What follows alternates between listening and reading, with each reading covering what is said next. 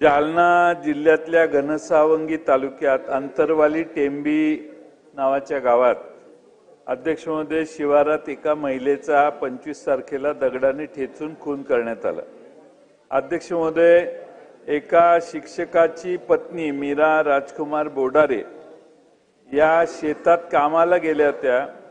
दुपारच्या वेळेला विश्रांती घेत असताना त्यांच्यावर दगडाने हल्ला केला आणि मारेकऱ्यांनी अध्यक्ष महोदय त्यांच्या हल्ल्यात त्यांचा चेहरा पूर्णपणाने छिन्नविच्छिन्न केला। अध्यक्ष महोदय या खुनाचं कोणी केलेलं आहे हे अजून कोणाला माहित नाही। अध्यक्ष महोदय माझी आपल्या मार्फत गृहमंत्र्यांना विनंती आहे की ताबडतोबीने या मीरा राजकुमार बोडारेचा खून करणाऱ्यांना ताबडतोब अटक करण्याचा प्रयत्न पोलिसांनी केला पाहिजे।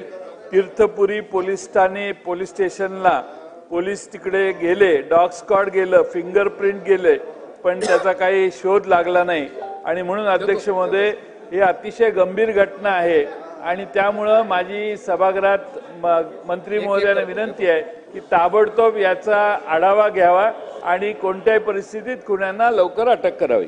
सन्माननीय सदस्य उडान साहेब देतो एक एक करतो।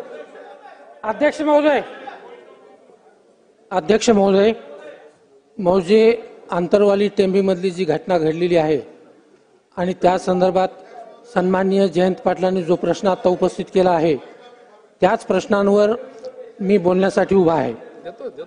काल दुपारी 4:30 वाजता या महिलेचा दगडाने ठेचून अतिशय क्रूरपणे त्यांचा खून करण्यात आलेला आहे। गुन्हेगाराचा अद्यापपर्यंत शोध लागलेला नाहीये। या महिलेचे नाव मीरा बोंडारे असे असून त्यांचे पती हे जिल्हा परिषदमध्ये शिक्षक आहेत। परिसरामध्ये दहशतीचं वातावरण आहे, हळहळीचं वातावरण आहे आणि अतिशय संताप आहे। आज संपूर्ण अंतरवाली टेंबी हे गाव पूर्णपणे बंद ठेवण्यात आलेलं आहे। त्यावेळेला आता पोस्टमॉर्टम सकाळी चालू होतं, त्यावेळेला गावातले सर्व लोक त्या ठिकाणी जमा झाले आणि त्यांनी सांगितलं की जोपर्यंत गुन्हेगाराचा शोध लागणार नाही तोपर्यंत आम्ही प्रेत ताब्यात घेणार नाही।